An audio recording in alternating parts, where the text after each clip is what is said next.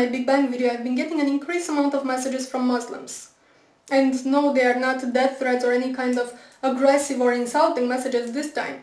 Instead, they are trying to bring to my attention that the Big Bang Theory, as it is explained and accepted by scientists today, was revealed in their holy book, the Quran, 1400 years ago before the theory even existed.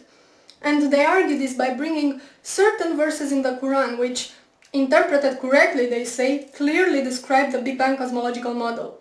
I will insert them in the sidebar. Also, if you do a search on YouTube by the terms Quran and Big Bang, you will see what I mean, it's all over the place. Now, I'm not gonna argue and dissect them simply because, well, one, my arguments would just basically say, yo, look, them verses have nothing to do with the Big Bang. To which the responses would be, oh yeah, they do, and this can go on forever. And two, because you can read them for yourselves. I mean, the claim that these verses have any scientific merit to them is as ridiculous as putting a miniskirt on a sumo wrestler and calling it a ballerina. No, he's just wrong. So instead I'm just gonna ask one question to the Muslims making this claim. And not just this claim, because you see, while most Christian creationists try to negate science altogether, going, evolution? Where? Big Bang? Never happened. But no, Muslims have a different approach. They go, it's all here in my book, man. See this verse here? This is what it really means. You got pawn, motherfucker. Allahu Akbar. So my question is this. If the Quran really predicted modern scientific theories, such as Big Bang and evolution, then why didn't you Muslims come up with those theories ages ago? If all those things were revealed in your holy book 1400 years ago, it means that you had 1400 years at your disposal to explain to us infidel fools how things really work. But you didn't, did you?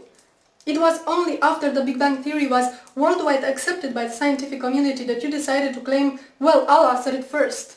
And same goes with evolution. So, why? I'm just asking.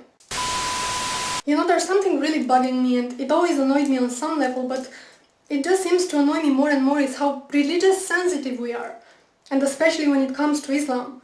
I'm sure you remember when Western Standard magazine published those cartoons, those Muhammad cartoons, that all hell went loose.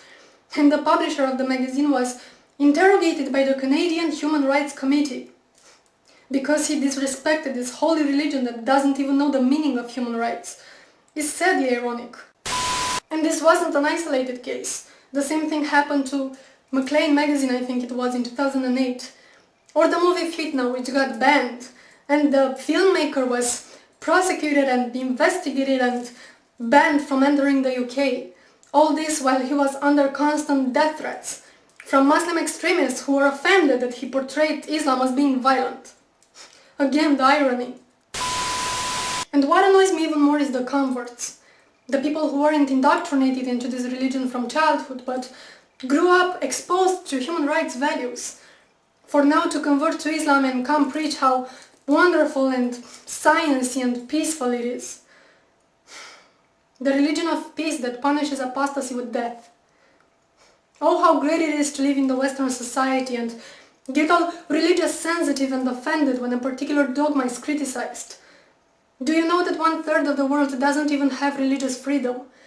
And it's not a coincidence that those countries are so populated, they account for almost 70% of the world population. Let me say this again. 70% of the world population doesn't have religious freedom. You will have to look at the calendar and see what year it is, and ask yourself, what the fuck?